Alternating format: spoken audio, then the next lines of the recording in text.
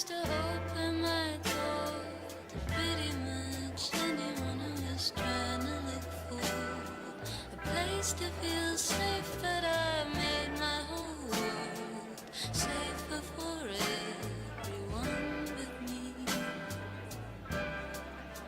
So I took my bones and I called them my own, and I found a place inside that's safe for me, and now I wander the world alone.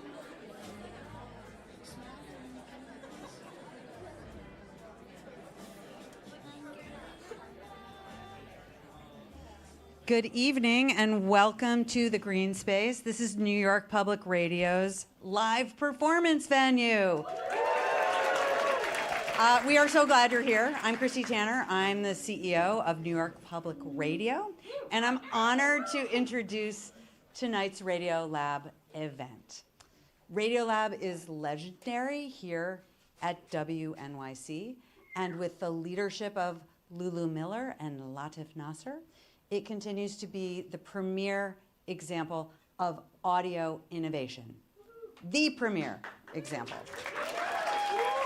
Tonight, we are all privileged to see one of their exciting new initiatives. Viscera is a new live show series featuring ER doctor and Radiolab reporter Avir Mitra, who has a special blend of experience and talents. Tonight, he will be joined on stage by the person who has been the editorial spirit, not spirit animal, just editorial spirit, behind Radiolab almost since its inception, Soren Wheeler. Tonight, they'll be giving us in real time that thing that Radiolab does so well, the experience of being on the front edge of a topic that really matters, taking the time to make sense of it, and to walk out of this room with a new way of looking at the world around us.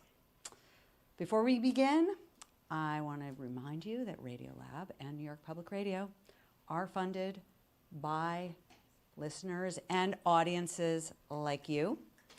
If you're already a member or a donor, thank you. If you haven't yet joined, I invite you to be a part of this community tonight. A gift of any size enables us to bring you the ambitious journalism and storytelling that you'll experience tonight. There's a QR code on the screen where you can learn more and join. I want to take a moment to thank the Simons Foundation, who have long been supporters of Radiolab, and our family-friendly nature podcast, Terrestrials, and now tonight's Viscera series. I also want to thank the Leon Levy Foundation, foundational support of NYPR Archives, a very super cool thing that's in this building, preserving WNYC's 102 years of audio history, and actually like New York City history as well, and nearly 90 years of history of WQXR.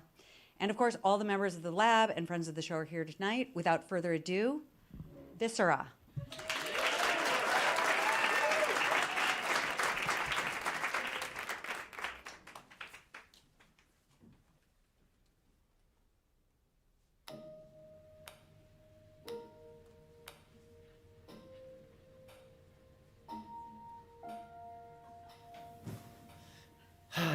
So yeah, I had the same dream again. The same one? Yeah, I mean, it just keeps getting worse though. I'm on this big, huge grassy field. I'm surrounded by all these people I know. It's like my coworkers, my colleagues. And then there's these blobby, creepy looking shapes way off in the distance. They're like melding into each other. They're changing their shape. They're getting bigger. I know that it's just my job, that I have to kill these blobs. I see. So then I look down and I have this bazooka, so I start trying to fire it. But as I squeeze the trigger, like, I look down and it's turned into a water gun. And then I try to squeeze the water gun and then it's just the whole thing just disintegrates in my hand. And then I look over to my right and it's my dad. And he just kind of looks at me and he goes, I told you so. Next thing I know, these blobs are racing towards us. They're getting huger and closer. And And then all of a sudden they're surrounding us. And then they just go inside of us, all of us. And that's when I wake up in a cold sweat.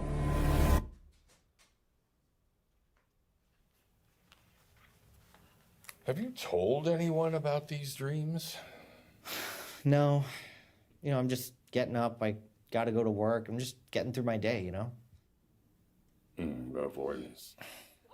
Okay, Avir. Here's what I need you to do. It's obvious that this dream is an expression of deep-seated fear, so we need to surface it. We need to externalize it so that you can access it with your waking, conscious brain and renegotiate your relationship with this fear. And I think the first step is to put it into words. You mean like start a Substack or? Given how deep-seated and sublimated this fear is, I recommend that you get in front of a bunch of people you don't know, probably about 100, probably in New York, probably on a stage, and speak your fear out loud. And if you're lucky, in doing so, you'll figure out how to get to the other side of it and find what you're supposed to be doing next. Okay, yeah, sure, I guess.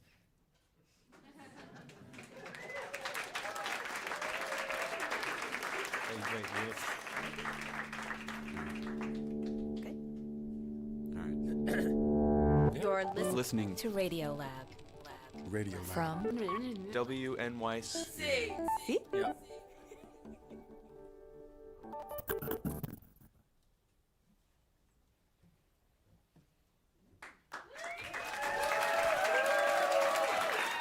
Hi, everybody. Lovely people. Thank you for coming out tonight. Welcome to our home station, WNYC. Welcome to our home turf at the green space here. My name is Soren Wheeler. I'm the editor, the executive editor up at Radiolab. If you happen to be an attentive listener, you might have heard me from time to time on the show. But more often than not, my job is to be behind the scenes, sort of thorn in the side of the people that you actually want to hear. But tonight we have something very special. Tonight, we are doing a live taping of a thing that we've been playing around with lately. It's a series of episodes that we're calling Viscera, in which our very own ER doctor and intrepid reporter Avir Mitra brings us gripping visceral tales of surprising or exciting or worrying or just straight up strange things that are happening inside our own bodies. And because tonight is a live taping, we will be keeping it loose. There are things that we do that may or may not show up on the podcast, on the radio. We will have some audience interaction. We will have some live guests who can come up and say whatever they want, free of the tyranny of my editing. And I think it's going to be an awful lot of fun. Now, the thing that Avir is here to talk about tonight is something that I think many of us know about, have thought about. Some of us have probably worried about it in the back of our brain, perhaps. But Avir has been on the front lines of this, both as a doctor and a reporter, for a while now. And knowing Avir, I am confident that at the end of tonight, we will all see and feel this differently than we have before. And if we're lucky, maybe in a newly hopeful way. So, help me welcome out Dr. Avir Mitra.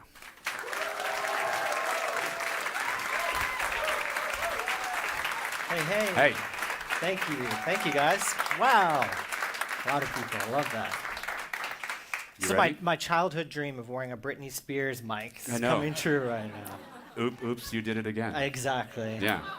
Well, But yeah, I do have a lot on my mind today, so I'm excited to get I got to say that every story you've ever brought me, I feel like starts at your job. Like somebody walks through your doors at the ER with some, I don't know, injury or disease or what have you. Yes, that is what today's kind of about, but I don't know. As I was thinking about it, I kind of realized it goes back even further than that. It goes back to 2006, this thing that happened with my dad, actually. Oh, your dad is a doctor, right? Yeah. Yeah, Okay. he's a doctor, my mom's a doctor, my grandmom's a doctor. But at the time, I didn't want to be a doctor. I just wanted to be like a rock star. That was my dream. You went to med school, then you decided you don't want to be in med school, you want to be a musician. And being an old practical man as I am, I knew that's not going to work. I told you 1,000 times that the difference between a large pizza and a musician, large pizza feeds a family. Bold to let this room laugh at you like that. Like That's why I go to therapy. It's fair fun. share. But the point is, like at this time in my life, I was going every day to band practice, hanging out with my buddies, staying up till 5 in the morning. Meanwhile, my dad is waking up early. He's going to work at a hospital. And he was seeing this sort of interesting change take place. We have been seeing infected hand infection patients, coming all the time to us with various reasons. It could be a small scratch, it could be a pin puncture, and we were treating them basically with a 48 hours worth of antibiotic, IV antibiotic or PO antibiotic, and it used to get resolved easily.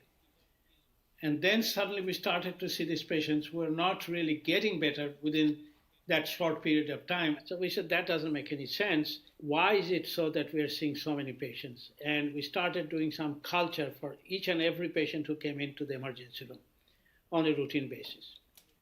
So he's doing this at work, and he sort of comes up with this idea like, let's do a research project about this. Let's see what's going on. So, he turns to me because, English isn't his first language. He doesn't know how to use a computer. I'm a pretty smart kid. So he's like, hey, why don't I get you to help me write this paper? So I say, yeah.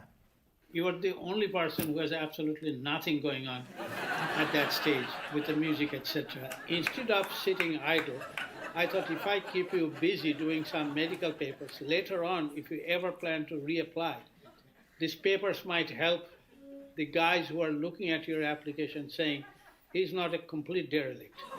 Well, I wasn't sitting idle because I was doing music at that time. It's a derelict in the sense you're doing music. Yeah. I do feel like I should step in and let you all know that there's Avir was a little bit of a legit rock star. I mean, you had a record, you were on Conan O'Brien. That's true. But All right. this was later, right? At the time, I was broke. I was living in the basement. It was not a good look. I get it, But anyway, back to the topic. What we found in this paper is that these patients were coming in with infections. The bacteria was MRSA. Oh, sure. I feel like MRSA is like the late 90s news super hospital bug. Yeah, MRSA was like a typical bacteria that had become resistant. And it was a thing that had already existed, but it was the type of bug, the type of infection you could get, like if you were super sick, you're like in the hospital for months and you're getting all these meds, like you might get MRSA. But what this paper found is that people were coming in off the street who had never been in a hospital. Kid falls off a skateboard, cut. He's got MRSA. How? So what we found is that actually this bacteria that lived in one place had sort of escaped. It doesn't stay limited to that patient or that limited to that facility.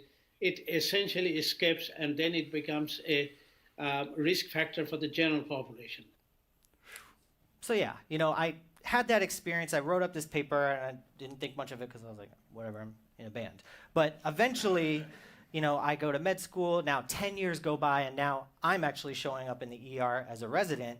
And at this point, MRSA is just like a common thing. It's typical, 100 people, probably 3 or 4 of you have MRSA here. It's just a thing that people have. My family has MRSA. We have, as a family. It's like it's a somewhere tradition in the house. family. We don't talk about who exactly it came from, but it's somewhere in the house. Every Christmas. Yeah, when my second kid was share born, they had to MRSA. actually do a bunch of stuff with the delivery room where they put plastic over and they had yellow tape and yeah. It's on brand for you, Soren. I Yeah, can see it. Yeah. So yeah, that's how it is. MRSA is a common thing, but I wasn't worried about it because we had a drug called vancomycin, which can treat MRSA, so it's not incurable. So now I'm working in the ER, a year goes by, and then it's weird. All of a sudden I start seeing patients who have resistance to vancomycin. So now the vancomycin isn't working. It's okay, so at least we have a class of antibiotics called carbapenems, a little bit more rare, but I can use those drugs for those patients. So you have a backup. Yeah, I have that backup. I can use it. But then another year goes by, and then I'm starting to see patients that are resistant to the carbapenems.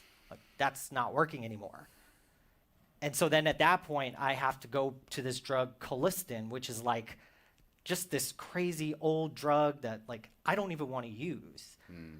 yeah, it's like it's got a bunch of side effects, and basically I feel like I'm being backed into a corner all of a sudden, with just this simple infection, and now it's like I have to do all this stuff and I have no choice. I gotta say, like, as we've been talking about this, like, obviously I've known about antibiotic resistance, and I'm sure many of us here have, but, like, how long have you been a doctor?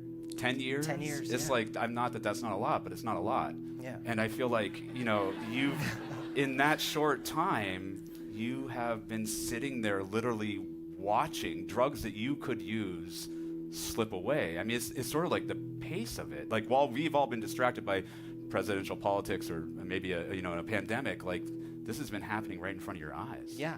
No, it honestly is terrifying to like go up to work and see this happen. I don't know, it's just scary because it's like if we don't have antibiotics, like we're not really doctors. Like so much of what people have are infections. We use them. But beyond that, like you can't get a surgery if you don't have antibiotics. You can't get a C-section. Like you're basically useless without these drugs, you know? And that's why I kind of start to have these nightmares where it's like, am I just, everything I know about medicine, is it just this like little bubble that we're living in? What do you mean by like little bubble? What I mean is like, okay, let's zoom way, way out. All right, for hundreds of thousands of years, we've been human beings and we've been fighting bacteria. But for like most of that time, we have been losing. Like just think about it. Like back in the day, you get a little simple UTI, like you die. You have sex with the wrong person, you get disfigured for life. You catch a little cold, turns into pneumonia. I mean, basically you gotta move somewhere like Arizona, try your best, or you probably just die. Like that is the way the world has always been until not that long ago, like less than 100 years ago, this guy, Alexander Fleming, he basically just observed that fungi were producing a chemical that was killing bacteria. So he basically just isolated that chemical and called it antibiotics. So that's penicillin, right? That's penicillin. And like everything we've done since then has been a variation on that theme. We tweak it a little bit here, find a different fungus there, but it's the same idea. And it's basically this idea that has allowed like civilization as I guess we all know it to exist. Like that's how we've won wars. That's how we live in a city. That's how we're all in this room together and like people aren't dying, you know? Everything we do is just based on kind of this idea. And that is the bubble that you feel like is bursting? That's the like 100-year bubble that, I don't know, sometimes it feels like it's bursting. I mean, does that mean that you actually feel like, what are we looking at in the 5-10 years, that there are bugs out there that no drug works on? Well, maybe I can like share a story. Yeah. All right. As your editor, I recommend you do. I know. Can't just be me blathering. No, let's move. All right. So this is Stephanie Strathdee. Yeah. She's an infectious disease epidemiologist at the University of California, San Diego. But here, she's just going on vacation with her husband, Tom, to Egypt. We ended up going at a time when there had been a terrorist attack in Sharm el-Sheikh a couple of weeks prior. So all of the people from the West had canceled, and we were the only one on this cruise ship. So it was really kind of a ghostly experience. I remember standing at the front of the boat doing one of those Titanic things, like, woo! And then we'd had this lovely seafood tower for dinner, and we're looking at the stars. It was really romantic. And then all of a sudden, Tom started to turn a bit green, and he was losing his stomach contents all night. So I called a doctor to the ship, and the doctor first gave him an intravenous antibiotic and some fluids and said, oh, he'll be right as rain by dinner. And he wasn't. He was worse. So they get off the ship at this point. They go to a clinic in Egypt where they're trying some other medicines. It's not working. So they actually ship him to a bigger hospital in Germany. Well, he was in an ICU in Frankfurt, where they have some of the best gastroenterologists in the world. But when the culture came back, the doctor said, I've got some terrible news. This is the worst bacteria on the planet. It's Acinetobacter baumannii. And I went, what? And when he said it again, I realized, wait a second, this was an organism that I used to plate on my Petri dishes back at the University of Toronto when I was a student in the 1980s. And all we needed was the lab-coated gloves back then. How can this be the worst bacteria on the planet? So despite all this treatment, he's getting all these antibiotics, he's getting worse and worse. At this point, he's on a breathing machine, he's getting sicker, so they package him up and send him back home to the University of California, San Diego, the ICU there. I have a chart of all the different antibiotics that it was resistant to right off the top, and I call those the gorillicillins, that are the heavy-duty antibiotics that have to be infused into the patient and that have a lot of toxic side effects. He was on all of those in a cocktail, but there was no other alternative. In fact, we didn't even know if these antibiotics were going to do anything. When I pointed to a whole bunch of them on the wall and the doctor said, there's nothing that will kill this thing, I said, well, then why are we treating him with all of these antibiotics? And they said, because we don't know what else to do. This is probably a dumb question, but emotionally, what are you going through at this time? Well, I felt like it was God's cruel joke that here I am, an infectious disease epidemiologist, and I had no idea that antimicrobial resistance had gotten this bad over the last few decades, that an organism, a wimpy bacteria, as one of the doctors called it, that has acquired these superpowers and is now like killing my husband. Like, what? Like, how can this be? How can an infection that you acquire on vacation to a guy who's, so healthy that he was crawling backwards down into a pyramid one day, and then 2 days later he's fighting for his life? Like, this just doesn't happen, does it? I mean, it's crazy just to think about what she said, that this was a bacteria that she was plating with just gloves, and then it's become this thing that we can do nothing about. Yeah. Yeah, it's scary, man. I mean, look, and this was 10 years ago that this happened. So I'm showing up to work and I'm seeing cases like this where no antibiotic works. I got to mix and mingle different antibiotics to try our best. And I don't know, it's just a scary feeling because I feel like I'm watching a world war that's happening basically right under our noses, and we're not really paying attention to it. And then somehow I'm at the front lines of this, and I'm like, how did this happen to me? Like, why am I here? I don't know. So that's what's been on my mind. And I guess that's why I wanted to come here and talk today, because I wanted to sort of zoom out and take a big picture of okay, there's this global war. Like, what is really going on here? Well, so now that we've got you at sort of a little bit out of doctor mode and into maybe reporter or investigative looker mode, back me up a little bit, because you talk about it as a world war. Yeah. Give me the layout of, unpack that metaphor for me a bit.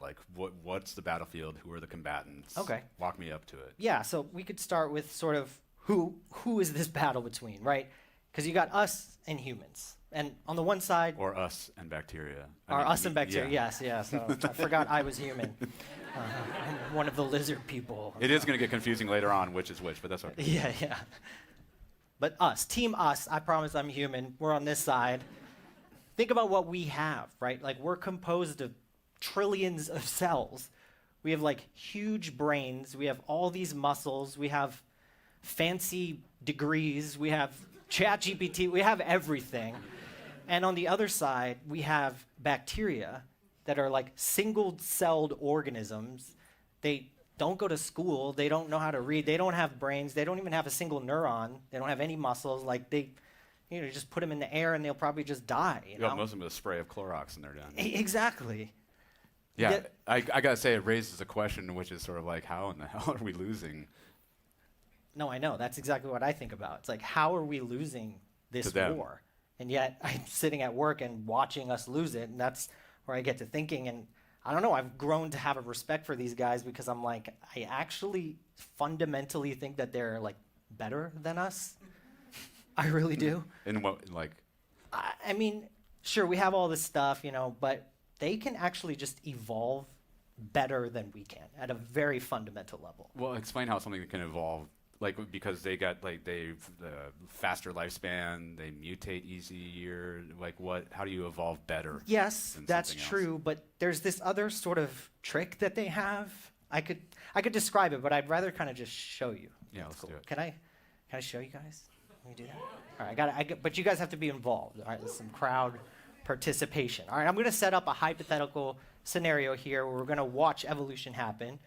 Let's pretend you guys are all humans. You guys are humans, right? We'll assume everyone here is a human.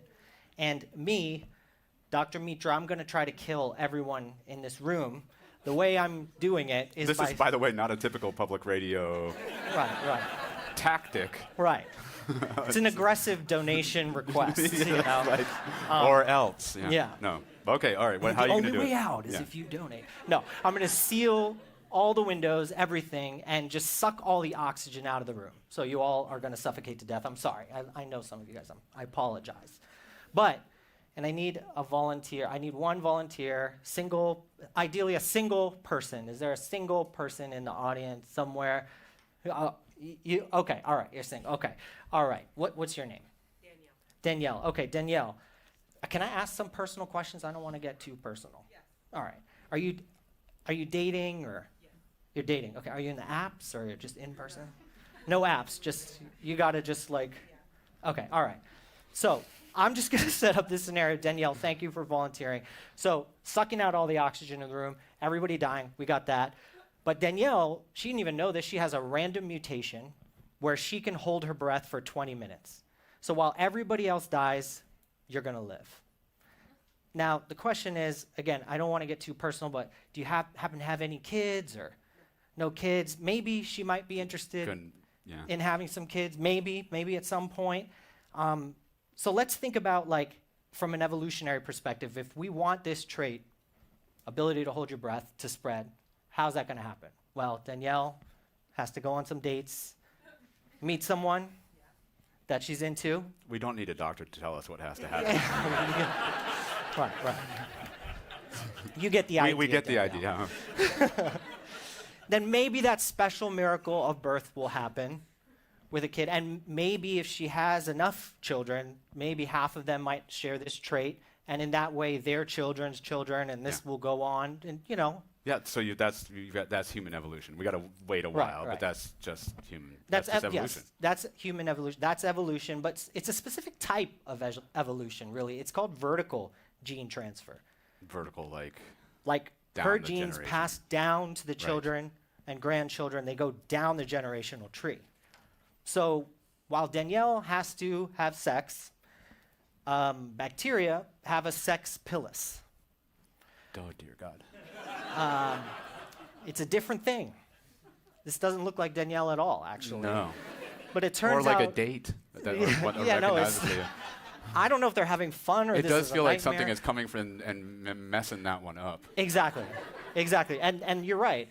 About 1 billion years ago, bacteria evolved this crazy trick where they're able to just generate a tube out of their bodies, shoot out of their bodies, and just suck into the person next to them, the bacteria next to them. It doesn't even have to be the same species. Any bacteria, they can just create a tube and connect to the person next to them.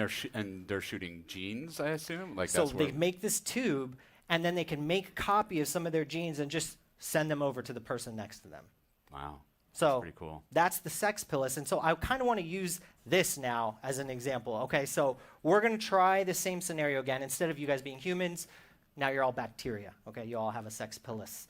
So I need to pick someone in the audience. I'm going to pick you with the white shirt. All right, okay. So what's your name? Rich. Not a typical bacteria name, but we'll go with it.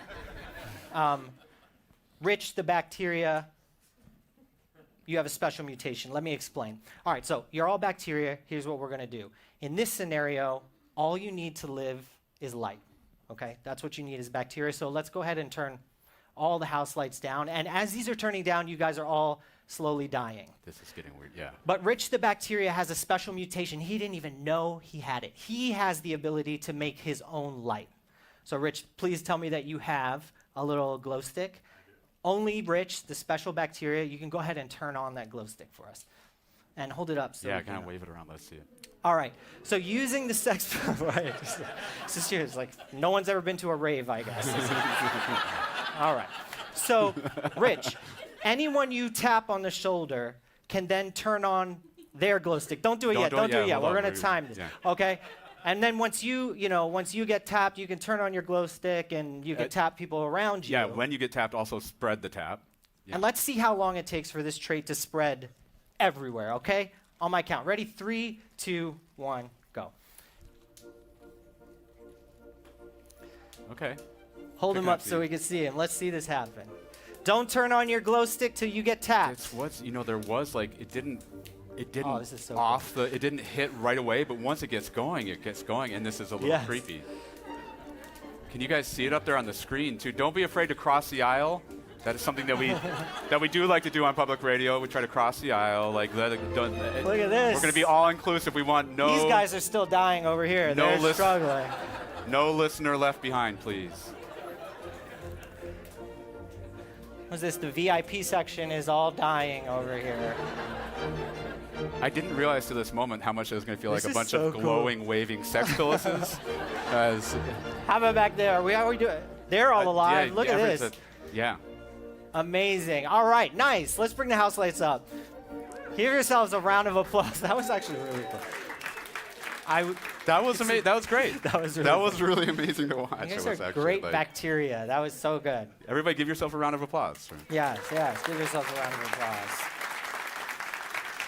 So what you just witnessed is actually horizontal gene transfer, right? So while humans have to pass genes down, you guys can pass genes horizontally. You could just pass them to each other. Meanwhile, I think Danielle is still trying to find that date, and we could right. She's not so sure about the last date she went on. There's gonna be some time. I mean, I want you to take your time, but. Right, exactly. So, you got to think about that. Look at how fast that spread. And now you take into account that for every single human being on Earth, there are 30 trillion bacteria. Okay? Per person. Per person. So that's me 30 trillion, you 30 trillion, 30 trillion, 30 trillion. Exactly. This is just unbelievable. There's universes of bacteria for every single human being, and all it takes is for one mutation to happen in one of those bacteria, and then that trait is going to spread like wildfire. So what we're up against is terrifying numbers of blazingly fast and nimble tiny little enemies. Exactly. It really is like our brains versus their sex pillus. And their sex pillus is winning, basically. Well, but this is actually where I was hoping that our brains might come back in, because, sex pillus and trait tricks, and we do a drug, they figure out a way around it, but then we come up with a new drug. Well, right? That's the idea. Problem is, we haven't really been coming up with new antibiotics. We sort of fell off a cliff. We haven't come up with a new antibiotic, a significant one, since 1980. Oh, we just don't anymore. That really does just. Where were you born? When were you born? I was born in 1980. So, since the moment when your parents decided you should become a doctor, there's been one antibiotic. Yeah. And since the moment you became a doctor, there's been none. Right. That's why I should have gone into science. I should have gone a PhD, and then I would have invented another one. But no one's inventing antibiotics anymore. Other than you becoming but why? Why is there not? There's 0 new antibiotics since 19 whatever that is. Yeah. Why? It's mostly an economic issue. You think about how much money it costs to do all these trials to invent a drug. That's going to cost you $1 billion. So that's a lot if we all have to chip in on that, And you're going to do all this to make a drug. It might work, and if it does, bacteria, just in a matter of 2-3 years, they're going to figure out a way around it. So it's just kind of a money-losing proposition for pharmaceutical companies. So they're just not going to do it. So that means that you then are literally just sitting around using the same drugs from the 1990s and before, the same drugs over and over again. Meanwhile, every time you use one, the bacteria has a chance to train up on it and figure a way around it. Yeah, and that's how a little trickle of bacterial resistance that's always been around, it's turning into an avalanche. It's scary. I talked to the WHO. There's a whole chapter of the WHO dedicated to this, and they told me that currently, as of today, 1 in 6 infections is resistant to the antibiotic that used to work for it. You have to use something else. And currently today, 1 million people a year are dying from infections that they used to survive a couple years ago. And obviously that number's about to get a lot bigger, too. Do you remember when you were pitching me this story, and I said, well, you can't just leave these people depressed and destitute. No, I know. And you remember I said, there's somewhere there's going to have to be a ray of hope, and I'm thinking now-ish? Yeah, no, I know. It's not a bad time. No, I don't want to bum people out. Today's the warmest day of the year. I don't want to. That's not helping. I had this. Okay. Let's see. I have a section. Well, I did have this 5-minute lecture on untreatable gonorrhea. I thought that might be interesting. I don't know, maybe not. Okay, all right. We'll skip that one. What about the resurgence of typhoid disease in Pakistan that no one knows how to treat? No? Okay. No. All right, we'll skip that. But Yeah. okay, well, this is anthrax. Unfortunately, we do have to talk about drug-resistant anthrax. Just give me a minute here. Okay. All No, right. no, this is going to be good because I promise you, there's a key to the mystery. In You have this special anthrax. dispensation for a couple minutes. Okay, all right. Just follow me here, okay? So we're going to tell a story about a guy, Lance Price. He's a scientist. He's like the man when it comes to antibiotic resistance, studying all this stuff. But at the time of this story, it's like the 90s. He's a master's student, and he was kind of assigned to do a research project that was, at the very least, bizarre, I would say. Well, this is an embarrassing story. So my job was to try to characterize how Bacillus anthracis, the organism that causes anthrax, how it would become resistant to Cipro. Like, what are the mutations that would allow it to become resistant to Cipro so that they could detect that if there was a bioterrorist event? But I assume Cipro is an antibiotic. Yeah, Cipro is an antibiotic. It's like probably people have taken here for a UTI. We give it out all the time, but weirdly enough, it also works for anthrax. So yeah. Okay. And what is The more you know.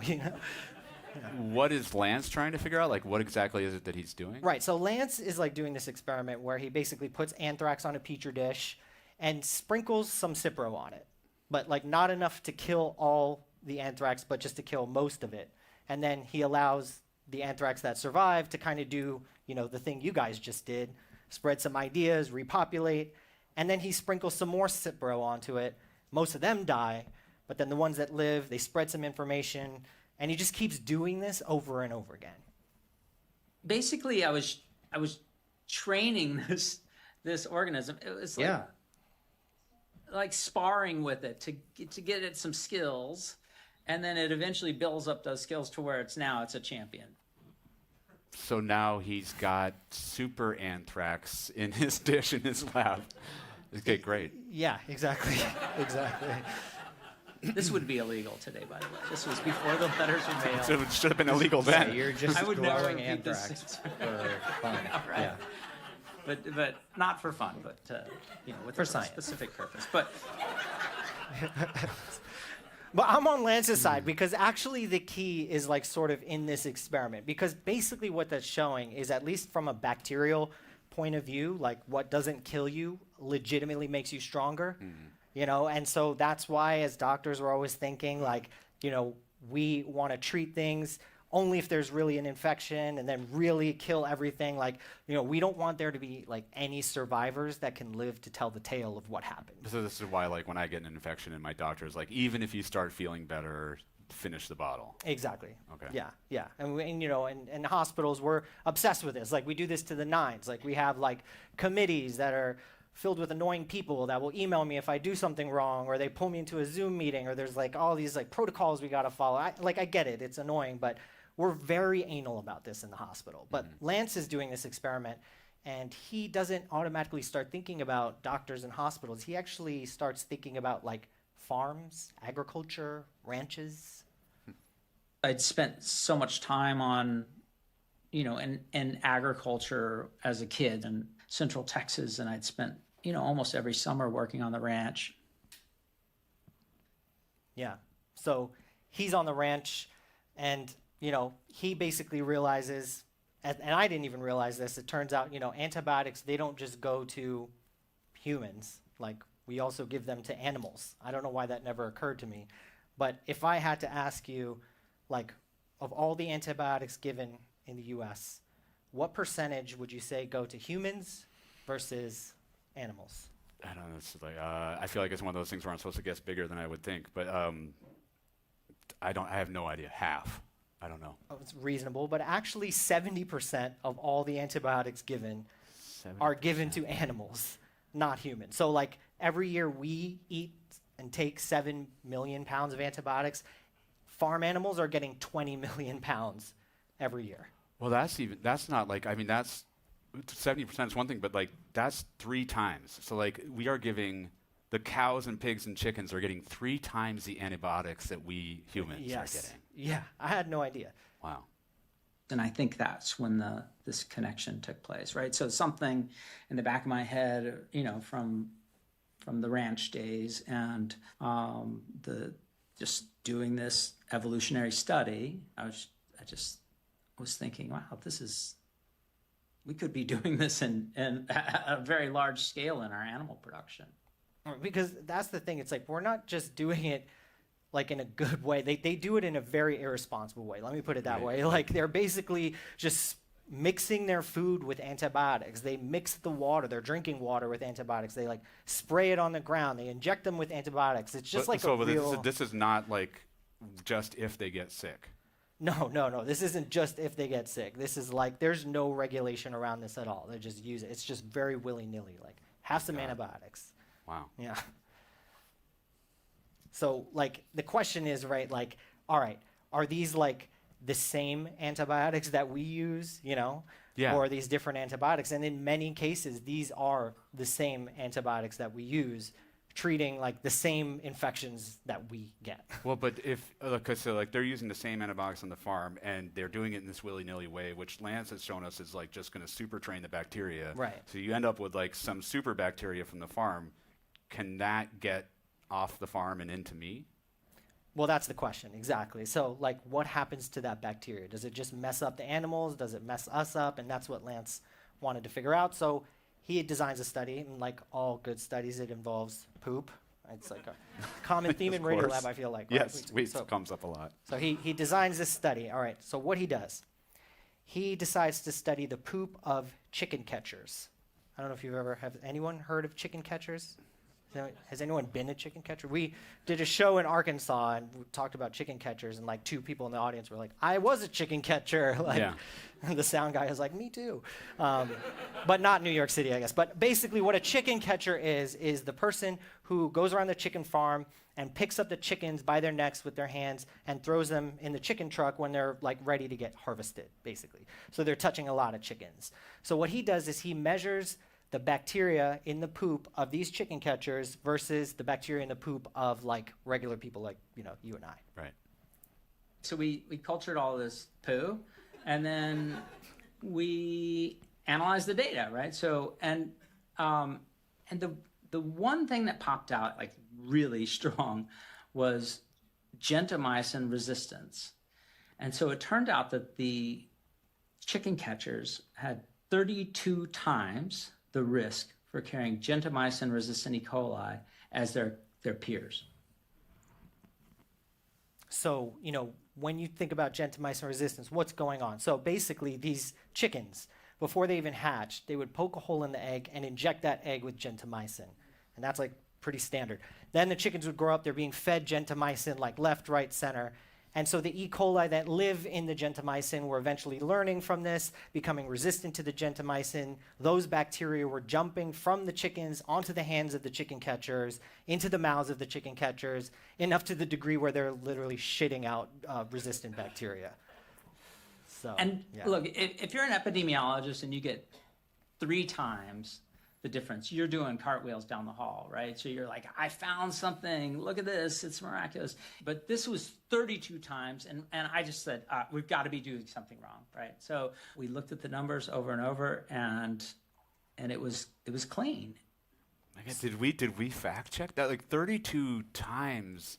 So the person handling a chicken is 32 times more likely to have a resistant form of E. coli in their bodies than someone who's not handling a chicken. Yeah, exactly. And then they find out that, okay, these chicken catchers are going home, that resistant bacteria is getting into their children. Then they find that those bacteria are spreading through the schools of the children. They later find out that if you're driving behind that chicken truck carrying chickens, those bacteria are getting off of the truck in through your air vents and landing in the cars behind them, onto the people behind it.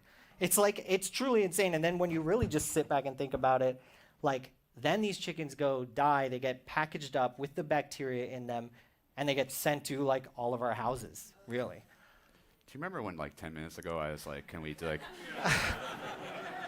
do the turn to hope thing? No, I know. I'm sorry. I'm going through a lot of And then you stuff. did anthrax, and then you did this. Right. No, I know. But like, look, this is exciting. This is good because like I'm spending my whole life in the ER, like trying to be super anal. Like, no, you're not getting into zithromycin. Like, I'm not giving you a Z-Pack. But really, like, this is where the real battle is happening. I've been on the wrong battlefront the whole time.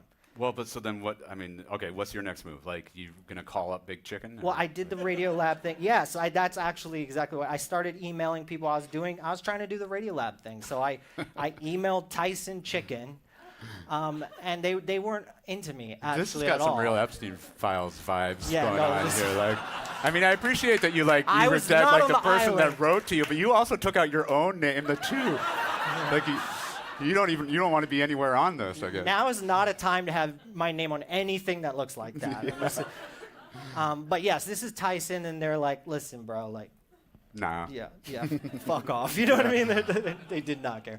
I'm just going to side note, they accidentally sent me their press response of things to say to reporters who ask. Oh, really? And it was like, don't respond, check their social media, like discredit. So anyway, that didn't work out. But I kept looking. Eventually, I was able to find one guy who is a higher up at a chicken company, big deal guy, and he was actually thinking about a lot of these same issues that we're talking about. And he actually agreed to talk to me. Great. So let's bring him up. This is Bruce Stewart Brown. He's the Chief Medical Officer at Purdue Chicken. Bruce, you got there. Do you have a mic? Oh, there you go. Hey. Bruce. Nice to see everybody. Thank you for coming. Thank you. You for agreeing to talk about this. Absolutely. You want to start us off? You want to Yeah, kick us off? With so Bruce, thank you for talking to me. You actually let me come down to the chicken farm. I got to explore it. It was intense, but it's kind of cool. And I guess I kind of learned about how antibiotics have just been a part of raising chickens since like day one, and it's just part of the culture. But then you get called into the office by your boss, Jim Purdue, and he wants to tell you something. Maybe we could start there. Yeah, so I'm a veterinarian, and I started at Purdue in 1998 as a field veterinarian, and just kind of getting used to how commercial chicken was raised and the process of being a veterinarian specifically for chickens. And one of the things that's the culture of Purdue is to kind of see and hear and listen to consumer concerns. So we have like an 800 number. You can fax, Facebook. In those days, you could fax. You could write a letter. You could call. Any way that you like have like a comment section. Like I feel like like people can. All right. Yeah, all kinds of ways to kind of express what you're worried about as it relates to we're an old company, 100 years. You don't get there without kind of thinking about the consumer and what they're worried about. So, and every month we would have a meeting with the whole company, and Jim Purdue's a third generation CEO chairman of the company at the time, and he would be on the call, and we would run through concerns that people have.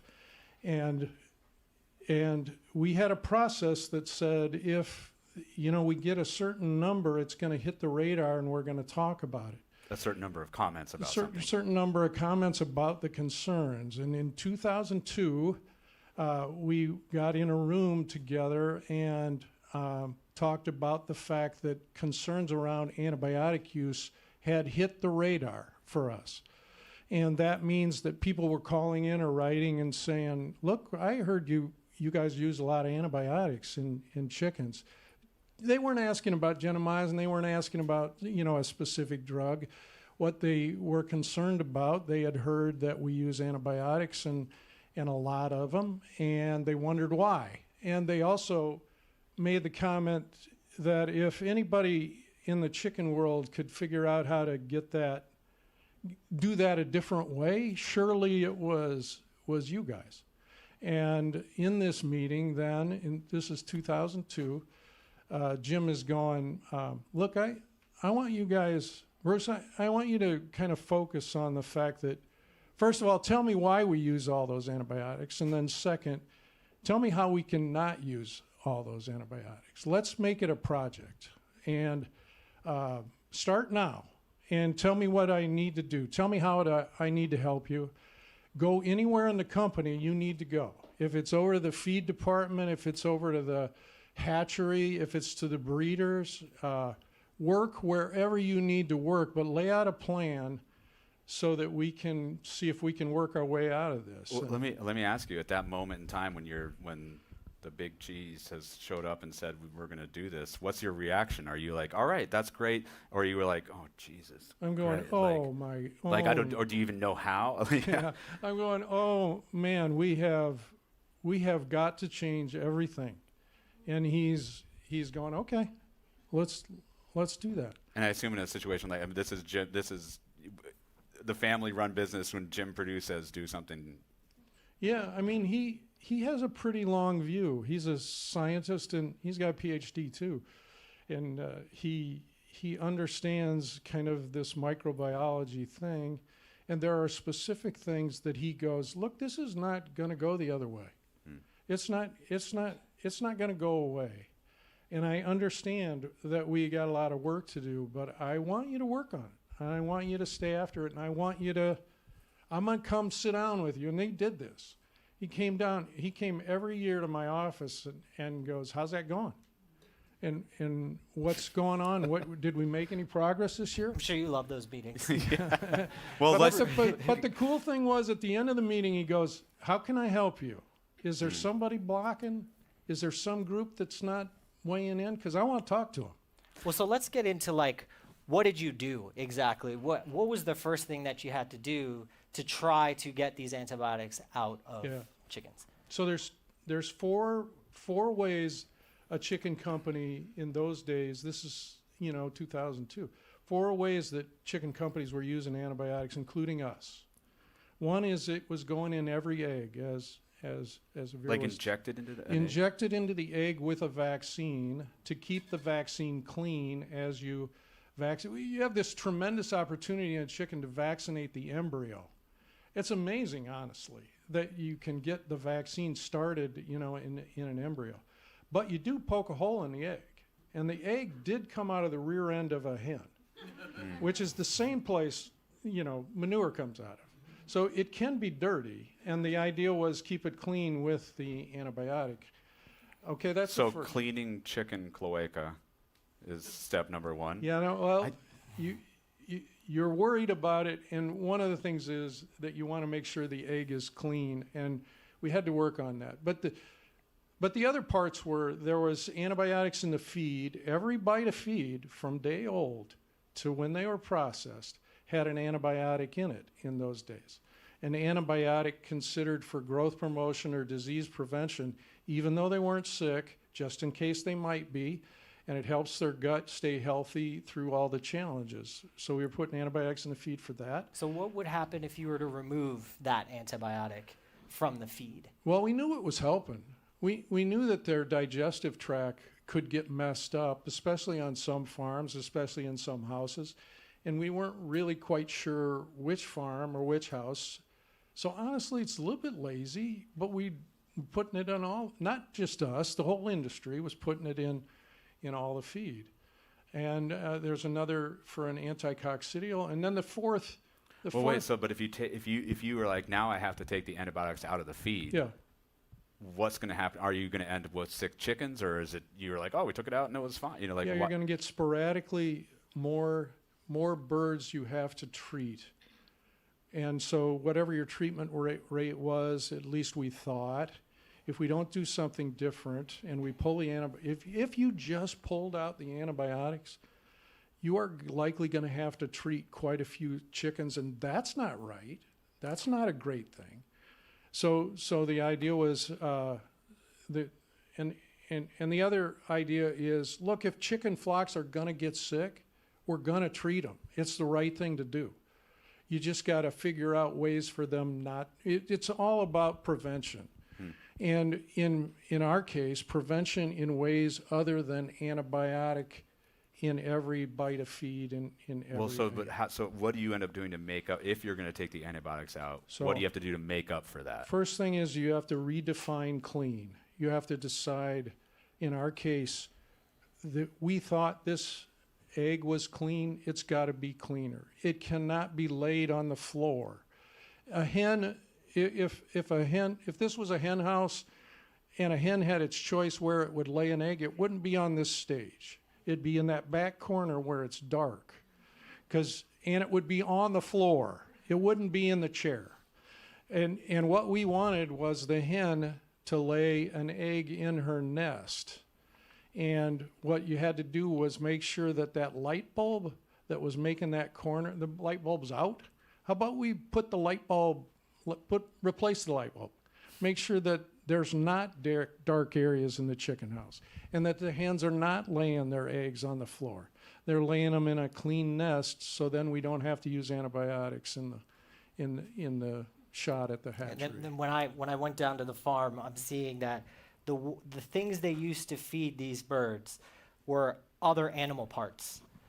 And so that gives them gastrointestinal illnesses because it's like, kind of gross food. And so then they got to use the antibiotics. So then they decide to change the feed to. Yeah, we had to look at the feed a whole new way, take the antibiotics out, take the animal byproducts out because those are irritants, put in probiotics, good bacteria, things that help the digestive tract of a chicken operate optimally. Same thing, you're probably all familiar with the good bug thing. It's really big in chickens. Dude, you're literally switching from putting something that kills bacteria in their food to something putting that encourages the growth of bacteria. Yeah, really That's encouraging. Amazing. So is this all is it?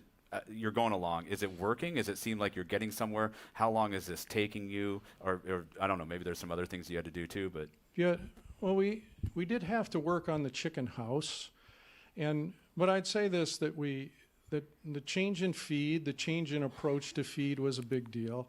The cleaner eggs was a big deal, but changing the way you care for chickens became the thing. So raise these chickens in a way that even if nobody cared you used antibiotics, you wouldn't use them. So no antibiotics needed was the way better way to look at it. Raise them in such a way, the whole thing became about caring for chickens in a way that you'd never, let a chicken be a chicken. Put things in the chicken house so they can get up off the floor. Let them exercise. Put some windows in the chicken houses, back in the chicken house, because almost the traditional industrial chicken house has 0 windows, and it's all artificial light. Put some windows back in. Expand the floor space to something above the floor. Chickens like to do 3 things. They like to climb, they like to perch, and they like to hide. And in a traditional chicken house, they don't get to do much of any of that. And so get that back in there. Take the stressors away from the way you raise chickens as much as you can and learn all the time. Learn new things every year. Work on more of the stuff associated with chicken gets to be a chicken. Make a chicken's house. Make a chicken house, not a barn. A chicken home. A chicken home. I mean, it does sort of we're talking clean, good diet, get outside and exercise, get good sleep. I feel like this is not far off from what you learn as a parent that you need to do to keep your kid healthy. It feels like sort of basic Doctor 101. Right. On so much about it is lifestyle and chicken lifestyle. Yeah, chicken lifestyle and working. Paying attention to what chickens tell you, about what's good for them. And I mean, we did this work with herbs. We started to use quite a bit of herbs in the feed as well, oregano and those kinds of things. And we did a study where we grew 10 different herbs, put them in front of chickens, let them go and tried to figure out which ones they went to the fastest, and which ones they tore up, and which ones they left alone. So kind of this chicken's choice. And we put some of it in the feed, and when we did the outdoor access part, which we have a lot of birds going outside now. We put it in the pasture, thinking, okay, well, they can get it in the feed, but they can also kind of go outside and graze it in addition to anything else. So can I get you to, like, I mean, over how long did this take, and maybe where did you land? Where are we at now? 2002 we started. All the growth promotion, disease prevention stuff was out about 2007. We were working on hatcheries the whole time. We had 12 of them. We learned something in every hatchery. It did not necessarily translate from one hatchery to the other about how to pull the antibiotic and not have a problem. And we got done with that in about 2014. So that took a while. And honestly, chicken companies don't often have long-term projects like this that take this long. But the fact that we're family-owned and interested in things that consumers are concerned about gave us this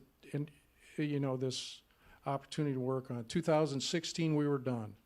Wait, done means what? All the antibiotics were out of the feed, out of the eggs, not using any antibiotics for anything other than treating sick flocks. And that's true Purdue chicken across the board. It is. And wow. Yeah.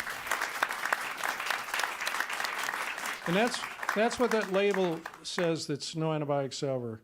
And honestly, it's just, that chicken in the label has never seen an antibiotic. Now, we do treat sick chicken flocks, which is, people are concerned about this. Now, it's less than 1% of the houses we have. It used to be 5%. When we were using all the antibiotics in 2002, our percent treated house was in the 5% range. Now it's less than 1%. Without all the antibiotics in this case. So we've made a lot of progress on knowing how to raise chickens, knowing how to work through the thing, changing the feed, still working on the feed. Anxious to put in some phytonutrient kind of things, the stuff that you hear about, superfoods, berries and grapes, and I can guarantee you that's going to show up in our feed as time goes on, because there's real value in these phytonutrients as well. So yeah, 2016 only treated flocks, and those don't go in the label. Well, first of all, congratulations. Secondly, thank you for the chicken, and thank you for coming up here and talking to us. And everything. All right, everybody.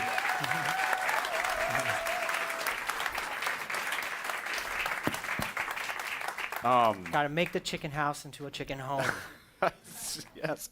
It is actually imagining the chicken leaving its well-lit coop to go out to its little sort of playground exercise area with maybe a probiotic parfait in hand. Yeah. It's delightful, other than the fact that we are eventually going to slaughter and eat them. And right.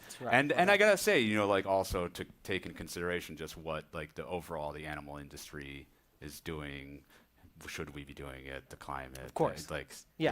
Yeah, exactly. It's like there's a lot of problems with eating meat in general. You could think about climate change, you could think about ethics, and this doesn't solve all of that, but certainly in just a proof of concept, to me it's interesting, the antibiotics were sort of masking cruel treatment towards these animals. You can treat them however you want, but if you pump them with enough antibiotics, they live.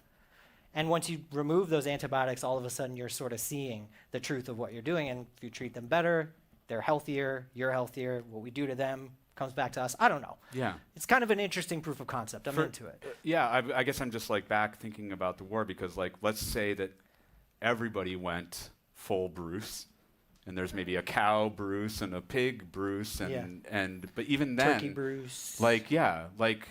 Given the way you've described what's going on globally, is even that any kind of decisive move on our part, or right. Are we? Well, to go back to sort of the war metaphor, the way I see it, everything that Bruce is doing, that's sort of playing great defense, right? Yeah. Let's stop training these guys to get better. But I agree, at some point we have to go on offense, like yes. any good war.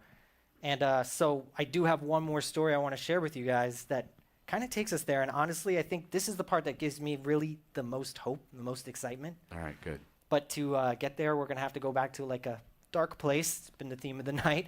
But we got to go back to Stephanie Strathdee. This is who went with her husband Tom, and the Tom gets sick. And okay. Exactly. Let's go back to Stephanie and her husband Tom. And at this point, Tom is in shock. He's very sick. He's on life support. Let's listen. So one day the doctors came to me and said, Steph, you realize that Tom's on life support, right?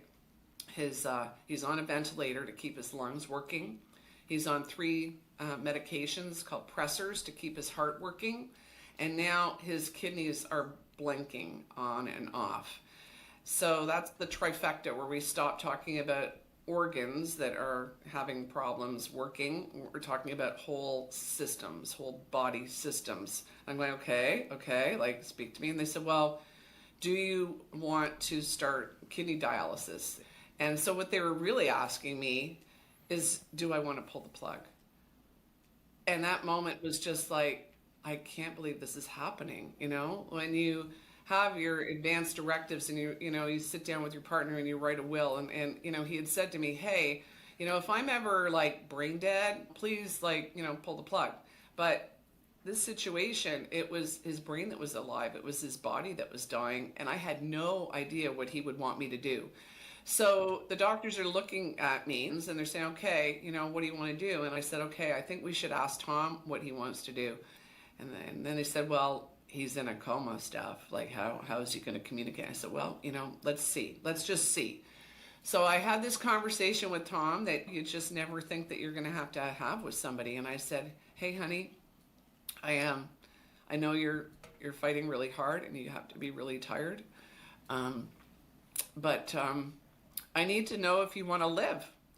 And if you want to live, I need you to tell me by squeezing my hand, and I will leave no stone unturned. And I remember that moment like it was just yesterday. I still get chills just talking about it.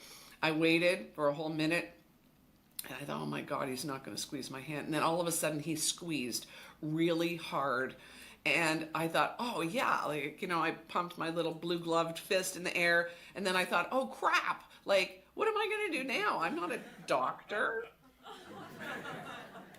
I mean, the question in the room here, for me at least, is what did she do next?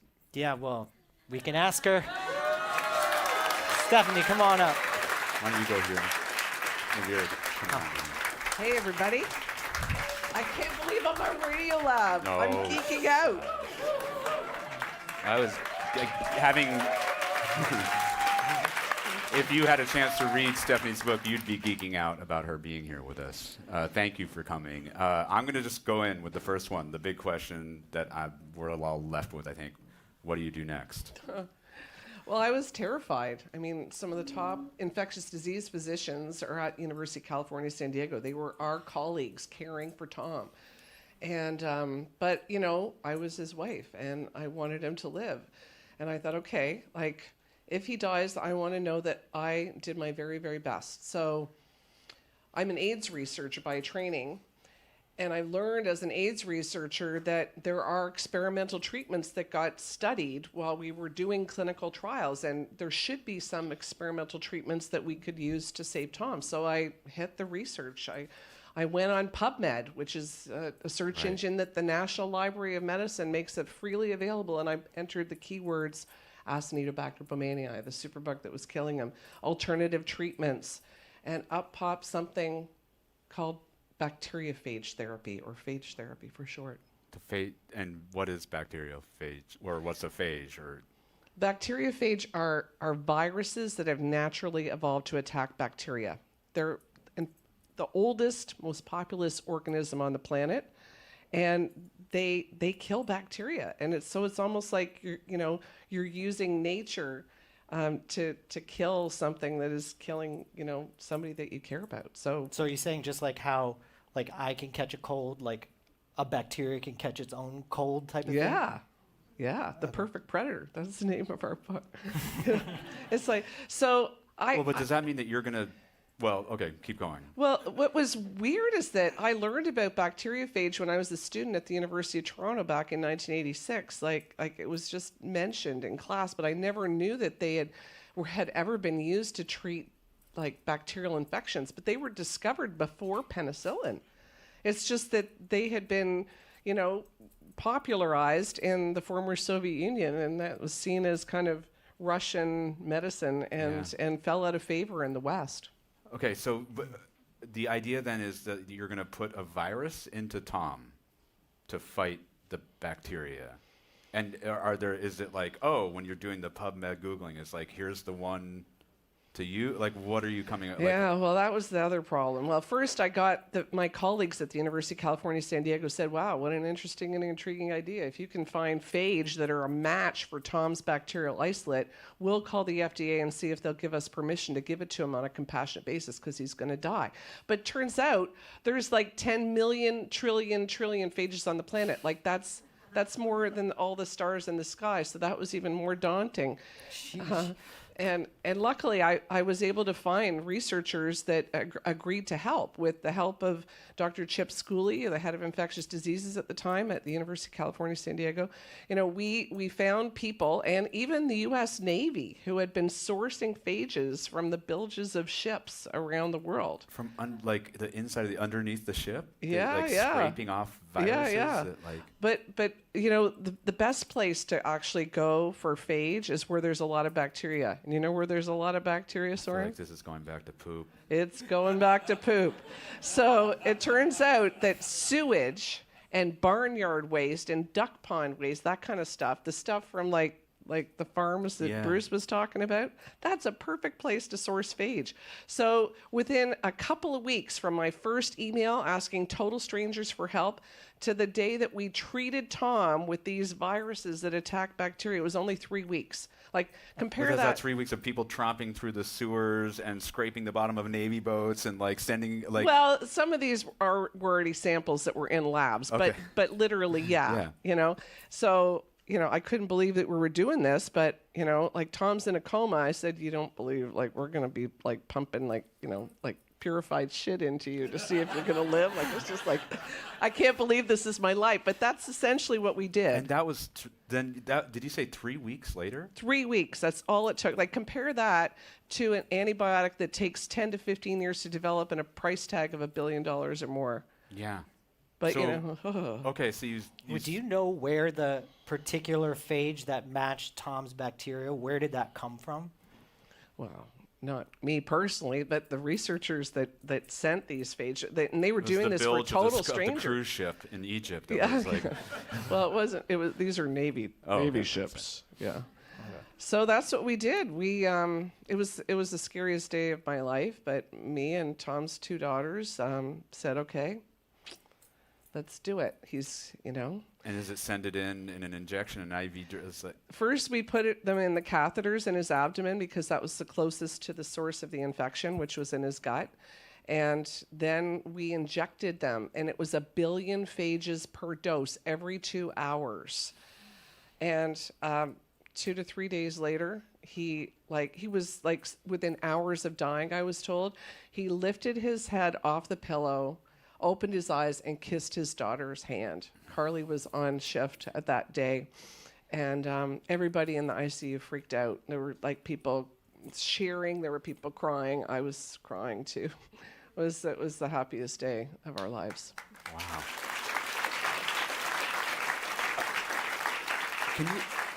How much do you know about the virus goes in and attacks the bacteria, but how much do you know about why this is so effective, or what's actually happening in there, or how this is going down? What's actually going on inside the body? Well, in Tom's case, there was something else that was a bit of an opportunistic kind of situation, because a couple of the phages were synergistic with one of the antibiotics. What does that mean? How does it? Okay. Virus synergistic with it. Let me explain this. Okay, so you're a bacteria, okay? Okay. And I'm a phage, and Avir is the antibiotic, okay? And we're both trying to kill you, all right? Okay? Why is this typical day at the office for Soren? Now you're a bacteria. So much death. You do not have a brain in this example, okay? I don't know about regular life. Just in this example? But you have to make a genetic decision about who you would rather face, him or me. And I'm scarier than he is, okay? You Okay. do not want to I have to don't. deal with phage. So you decide to take off your shirt. Now, okay. Now, Nobody wants that. I know that Like- this is not that kind of show, Look, people. But your shirt is your slimy biofilm layer. Okay, that's your superpower. It's his resistance, basically, Yes, right? but that's where the receptor for the phage is on your shirt. Okay, so if I get rid of my biofilm take your shirt shirt off- receptor, you can't attach. That's right, and so Okay. I die. But in doing so, you have made yourself susceptible to Avir's the antibiotic. Because Okay? he loves nothing more than a shirtless. So he kills you. He gets you. Yeah. So it's like it's a 1-2 punch That's kind right. of thing. So or there's an even if one indirect starts effect. to work, but does that mean that like when you use phage therapy, not only do you have a new way of getting at this bug, you've unresistanced it. Like you've dialed back the resistance that it developed over the years of whatever, and now a bacteria can actually be newly susceptible to a drug That's that it right. was? So, phage therapy is now going through clinical trials all around the world. Phage is all the rage, people. But she's not going to say this, but actually, she is the one like setting up all these clinics all over the place. Well, she is. No. Yes, she is. Well, Yeah. at the University of California, San Diego, we do have what became the first dedicated phage therapy center called the Center for Innovative Phage Applications and Therapeutics, or IPATH. So we do provide phage therapy to what I people said. that have no. But there's many around the world now, and of course, I didn't do this all by myself. But I hear a lot happening, but I also have to wonder a little bit, like why, like I didn't know more about this already. Why Avir wasn't already thinking about this as something he might have to use. Like why isn't this already happening everywhere? Yeah. Well, when COVID came on the scene, everybody, felt it right away, right? It was a pandemic that hit hard, hit fast. With antimicrobial resistance, it's a slow burn. So you don't really know or feel it unless it hits you in your personal life. Like you're you're an emergency room doctor, or you're his dad, and you're seeing patients that used to be treatable that aren't treatable anymore. Or you're me, like whose husband is suddenly dying. And, we have kind of let this creep up on us. But, also with COVID, we had 4 vaccines or 5 vaccines developed within a year, right? And so if we had the political will to move phage therapy forward, we could be doing a lot more than we are. So those trials are getting done now, but the pace is not fast enough to overcome the pace at which resistance is spreading. There's a podcast somewhere we could use to get the word out. Wouldn't that be nice? Can I ask you the sort of like embarrassingly typical question that a Radiolab person might ask? With your shirt on, yeah. So in the moment that Tom came back, like, I don't know, talk to me about how that felt. I mean, I feel like there's relief. I heard joy, but is there pride? Like, I don't know. Give me a little bit on that. Well, I think that Tom deserves a lot of credit in this too, because that man had so much resilience to bounce back. And, he had been in the hospital 9 months. He'd lost 100 pounds. He lost all of his muscle mass. He had to learn how to walk, how to talk, how to do everything all over again. And now he's the face of evidence-based hope. Yeah. That's an amazing thought. Thank you, Stephanie. Thank you for sharing your story with us. Thank you. Thanks for having me, everybody. So cool. Wow. All right, Avir. So we've been through a lot together. Yeah. Starting Thanks for out with coming you, on just this sort of like journey of trauma with me, guys. I appreciate it. But I, like starting from a place of sort of like seeing this happen in front of your eyes, dealing with it on a day-to-day basis, turning to try to sort of start and understand it and do the reporter thing, or at least the research thing, and finding all what you found and sharing all that with us. I guess I am a little bit curious, just like where you're at now. Like, are you still in therapy, or? Yeah, definitely. I mean, I still have a shift tomorrow, so I still got to go to work. I still got to see this stuff, so it's still there. But I guess, I don't know. I mean, thinking about all this stuff makes me think about the whole thing a little bit differently. How so? I mean, okay, let's think about it. Like when I was first thinking about it, I'm thinking, it's humans versus bacteria, you know, and I'm at the middle of this. It's all about me and like that kind of thing. And as I'm thinking about it more, it's like, it's not really. It's humans, bacteria, there's animals. Animals probably playing a bigger role than humans. And then if you think about it some more, it's like, wow, all our antibiotics, our whole weaponry comes from fungi because they've been battling bacteria for longer than we've even been around. And now I'm listening to Strathdee, it's like, oh, there's this whole class of viruses that's been fighting bacteria for longer than the fungi have been around. So I don't know, I guess I'm just looking at the shape of this a little bit differently. It's like, there's a lot of players here, and if anything, we're just like the newest kid on the block. It does, but it does also then feel so much more, it feels like maybe overwhelmingly complex. Yes, it is, but I don't know, I guess in a weird way, like, I'm realizing we're so young as a species, there's so much we don't know. There's so much left to learn, and I don't know, I just think there's hope in that. Yeah, I can see that. Well, I guess before we go, just wanted to play one more quote because I feel like the show can't end without hearing this. I did talk to Tom, and I just wanted you guys to hear him. I asked him if he remembered by any chance that moment where Strathdee squeezed his hand and asked him if he wanted, or Strathdee asked him if he wanted to live. And this is, he's in a coma, and she... Right, at this time he's in a coma. He's completely out of it. He's on the verge of death. And Strathdee asked him, do you want to live? At that moment, I thought I was a snake in a canyon, curled up under a bush, and there is a wooden platform that visitors could come and view me from.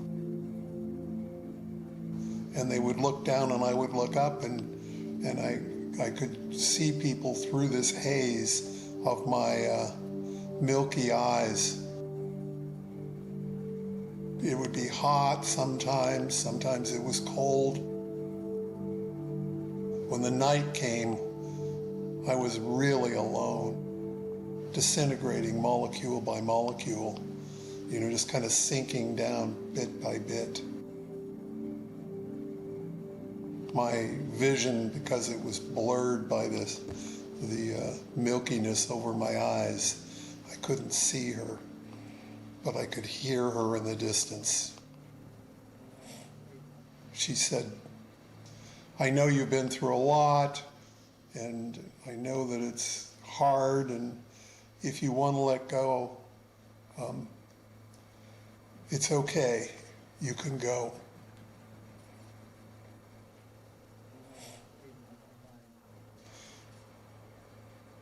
There was kind of a pause that I had, and I realized I was a snake. I tried to figure out how to squeeze her hand because I was desperate to squeeze her hand, but I didn't know how without hands. So I thought, and then I thought, well, I'm a snake, I can wrap my body around her hand and squeeze. So that's what I did.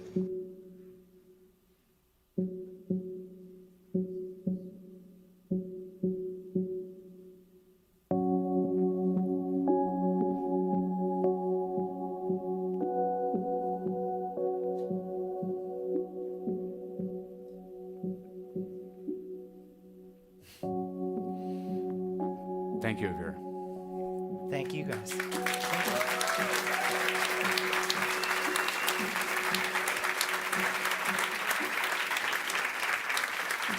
Of course, also a big thanks to Lance and Tom, who gave us their time and talked to us, and Avir's dad for being willing to throw shade at his son on record. I should say, by the way, that Avir's parents are here. His mom and dad are right there. Thank you for giving us Avir, for talking him into becoming a doctor. I hope you're not too mad that I'm encouraging this new skill set over here. Of course, also thank you to Bruce and Strathdee for being here and giving us their time. Just so you guys know, I'm going to do a little bit of show business, some thanks and credits and things like that. And then we are, for those of you in the room, going to have Bruce and Stephanie come back up and do a little bit of Q&A. So I just hang tight. I'm just going to do a little bit of business. A couple people I want to thank. First of all, thank you to those, I know there's many of you in the room, those of you who are our members who support us each and every month. Thank you to the Simons Foundation who supports this particular series. Thank you to our home station, WNYC. Thank you, of course, to our new CEO, Christy Tanner. We're so happy to have you with us. Thank you to the people at the Green Space who make these kinds of events possible. Ryan Wild, Bobby McGinnis, Chase Colpin, Eric Weber, Andrew Yeshen, Sean Wee, Rachel Hacking, Emily Botine, and all those people doing the cleanup and the setup behind the scenes. Also, thank you to the people that helped me and Avir puzzle through this topic. Tom Philpott, Stephen Roach, Kate Shaw, Carrie McClimmon, Alex Wan, and Marin McKenna. Thanks, of course, to the Radiolab team who helped out with this show. Jessica Jung produced the show. I want to quickly say, in our biz, producers kind of a catch-all, but I feel like especially at Radiolab, the producers are so key to what we do. They are there with us every step, words, moods, beats, music. These kinds of things can't happen with them, so thank you, Jess. Also, not to overshadow the other people, because big help from Natalia Ramirez, Sarah Sambach, Anissa Vietza, and Tanya Chawley for doing the video editing. David Gable was our therapist, and Harry Fortuna and Jeremy Bloom and Dylan Keefe. Also, in the audience here, we have tonight our host, our actual host, Latif Nasser, our beloved host. Latif has more new ideas and things that he wants to tell you before 8 in the morning than most of us have in a year. And it is a deep thrill to wake up every morning ready to be a thorn in the side of every single one of those ideas. One last thing, if you're still with me, there are the kind of thanks that you're like, thanks for making this happen, thanks for helping this happen, thanks for that. There's another kind of thanks that we're like, thanks for making me who I am. This is when Olympic athletes mention their parents. I just want to quickly thank our original host, Jad Abumrad, and Robert Krowich, and our original executive producer, Ellen Horn.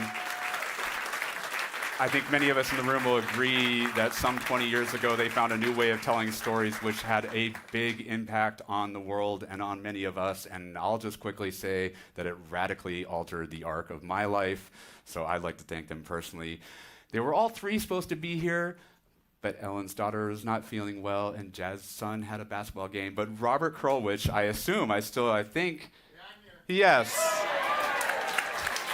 Robert, you were always the most emotionally available parent of the three anyway, so it's really no.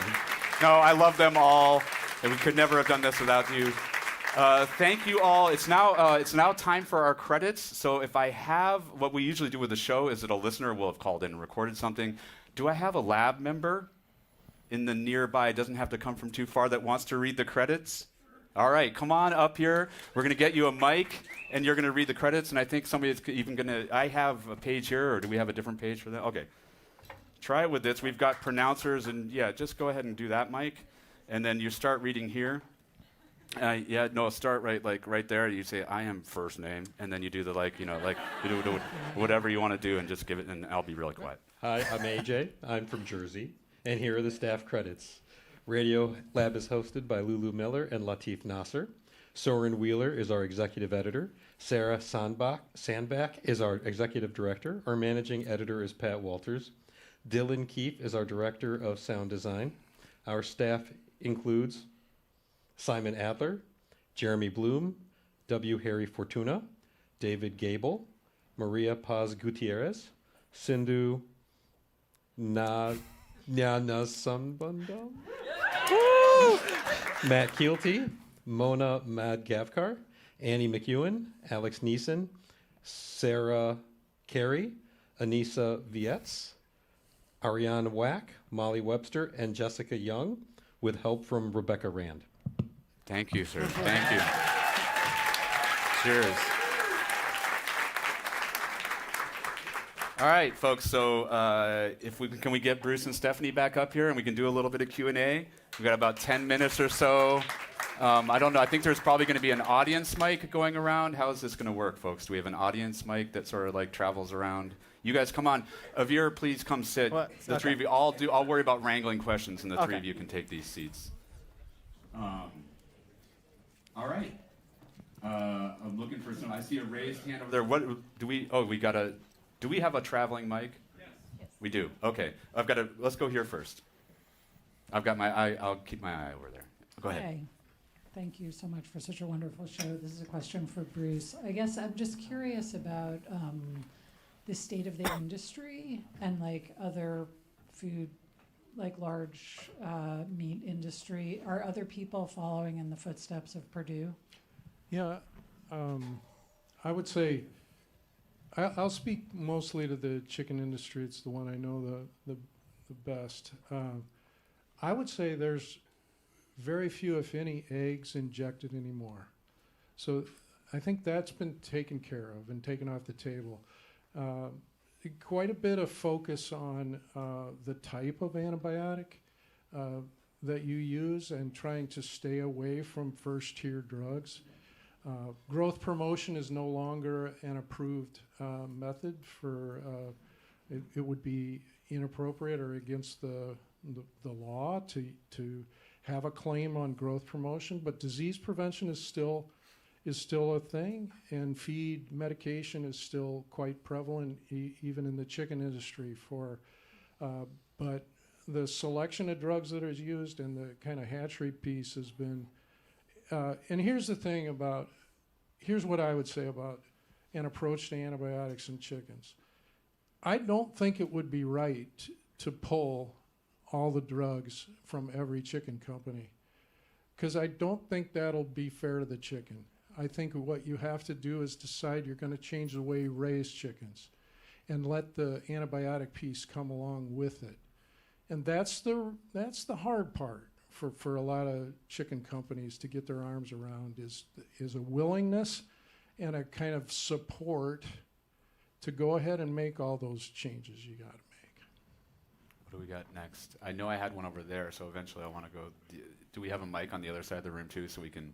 Okay, so why don't you head there, and in the meantime, I'll come up to the front here. But if I can get you headed over to the far side over there. All right, thank you. Sorry, go ahead. I just had a follow-up to Bruce, an ugly question about the cost. Is it saving you money now that you've gotten here compared to what you used to have to spend with antibiotics in the mix? Yeah, there is a cost to it. What we tried to do was, yes, we're going to save some money by taking some things out of the feed, but we put as much into it in some other products usually. The cost though can't come at the expense of livability, and it can't come at the expense of feed conversion. Those are two. So what it does come into is it comes into costs associated with the house itself, the farm itself, and the changes that you need to make as it relates to control of the litter and the way you treat litter. And so there are costs. And here's another cost, is you're going to have treated flocks. They don't go into the label. So you have to have segregation at the processing plant, and you have to have products that don't have that label claim. And that's so if you happen to have to treat a group of chickens because they got sick, then that meat then has to go to a different. And it has to be segregated from the other meat. So let's say got some treated flocks, we're going to bring them in Friday. Or we're going to bring them the last thing of the day, but there has to be segregation. So it slows, it's a thing to manage around. It's well worth it. If you get it out front, it's one of those things what we talked about all the time is, look, we're going to do this, but we have to do this thing that's inefficient. It has some, things that come along with it, but just do it. Just do it that way. Can we come over on this side now? You're ready. Go ahead. My question is actually quite similar on the costs. Purdue was such an interesting case study in making changes to all of these processes, incurring costs, and then it sounds like the treated flocks went from 5% down to 1%. So ultimately, that also sounds like a cost savings. A lot of businesses don't want to change up all of their processes. Can you tell us a little bit more about the costs roller coaster, maybe. Well, the other part about it that's really key is that we decided to do it over a period of time. And here's the thing. So, you know, all of a sudden we're going to spend some money in a hatchery for a new piece of machinery. And then you go, okay, so wait a second, why we do that? Let's do this other thing associated with sanitation. It's not for that specifically, but we're going to do it at the same time we're doing these other capital expenditures. So you're spending you minimize the cost because you're thinking about it in conjunction with another thing that you're doing. That takes time, and it takes somebody doesn't get to decide on their own what the cheapest thing to do in the hatchery is. You have to kind of think about it and get it out in front of everybody. But all of a sudden, all the CERs, the capital expenditure reports that are a part of doing a capital expense, have you checked about how it might help us with antibiotic use? Has somebody checked that before we go ahead and do this other thing? That's really hard for a company to kind of put that process in. So we took a certain period of time. That's really hard for companies. We incorporated thoughts into it while we were doing other things that helped minimize, you know, the kind of total capital cost associated with something. I thought you guys were all being blown up about phages, and like we're all on chicken. Do we have a feel like phage? Danielle needs to- Oh yes. Danielle Of course. is our- Of course, absolutely. If you sign up to be treated by you get the right to ask a question. Thank For you. sure. So this question is for Stephanie, who, full disclosure, I've known her. She was my first PhD student. Wow. Yeah. Dr. Danielle Ompat. So my question, Stephanie, is you talked about how many phages there are, and then there are all these different bacteria. What is the process of identifying the phage? Is it an individual phage or a cocktail of phages to treat an infection? And is it specific to every person, or can you like come up with a cocktail and then like produce that for lots of patients? Yeah, that's a very good question. So it's actually very easy to identify phages. You have the sample from the environment, let's say from sewage or barnyard waste, and you put a drop of it on a Petri dish that's streaked with a bacteria that you want to kill. And if you are fortunate, after you incubate that Petri plate for say 24 to 48 hours, if it comes back with like what looks like holes in the Petri dish, where those bacterial colonies have been gobbled up, then you know that those phage exist and that are killing those specific bacteria. And so then you can just add more bacteria to the phage and grow it up in sufficient quantities. Then the hard part becomes the purification process, and using a manufacturing process that has good clinical practice, like treating it like a living antibiotic. But up until that point, it's actually very easy, and high school students and undergraduate students do this in training programs all around the world. But it's just a matter of being able to find the right phage that will kill the bacteria that you're trying to kill. And so what we need are phage libraries.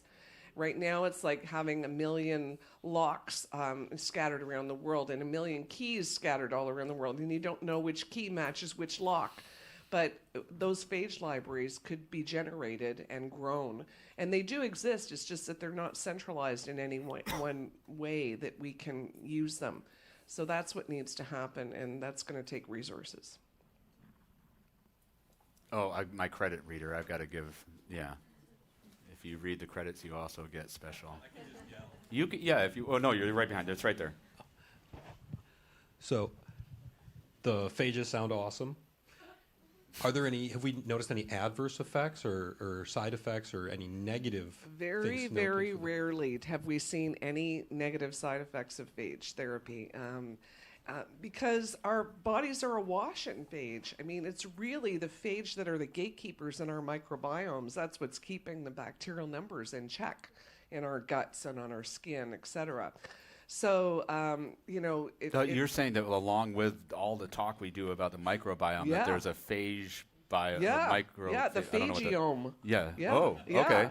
It's a thing. You've already got a word. It's just that we didn't really know that the phage were there. We didn't know how to measure them or count them and things like that. Everybody's been just thinking about the bacteria, but without the phage, we would be overrun with bacteria.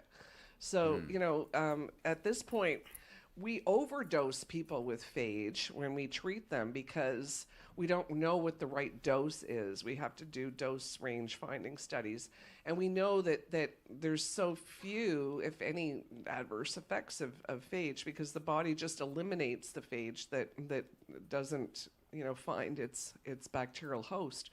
So, overdosing is not risky. I mean, it's not going to be cost effective over the long run, but we have to do those studies to figure out what kind of dose, what route of administration, all that kind of stuff needs to be determined through studies. All right, I think we got time for one more. Got someone way in the back. Yes, let's go. Let's try the back out. To be fair. Oh boy. Okay, shout out to the back. Thank you. You're welcome. So two questions. I think that timeline was kind of striking. Two questions. What sort of timeline do we think we're on to be immune to antibiotics, as it seems like we're on the pathway to? And then secondly, AI has been really interesting and helpful with protein folding issues and solutions. Is there a phage, a way that we can use this technology to figure out these matches of phages as well? So I think the first part was, when you say timeline, like immunity to antibiotics. Immunity. I can take that one. Okay, yeah. When I talked to the WHO, they said the stat they were confident in is that by 2050 there would be 39 million deaths from infections that we can currently treat. So it's not like, that's a lot of people, but it's not like 7 billion people. So that, I don't know if that's good or bad.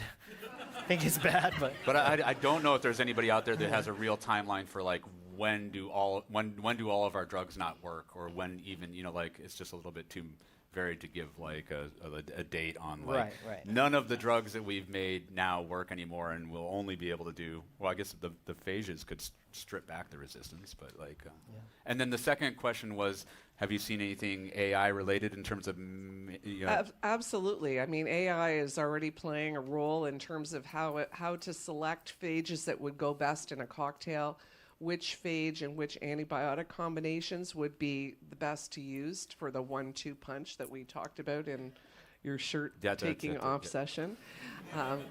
And also, AI can be used to kind of almost determine, okay, how would we synthesize a phage if we have just the genetic sequence of a bacterium, so that we could almost have like 3D printed phage on demand kind of. So we're not far away from that world. It's coming.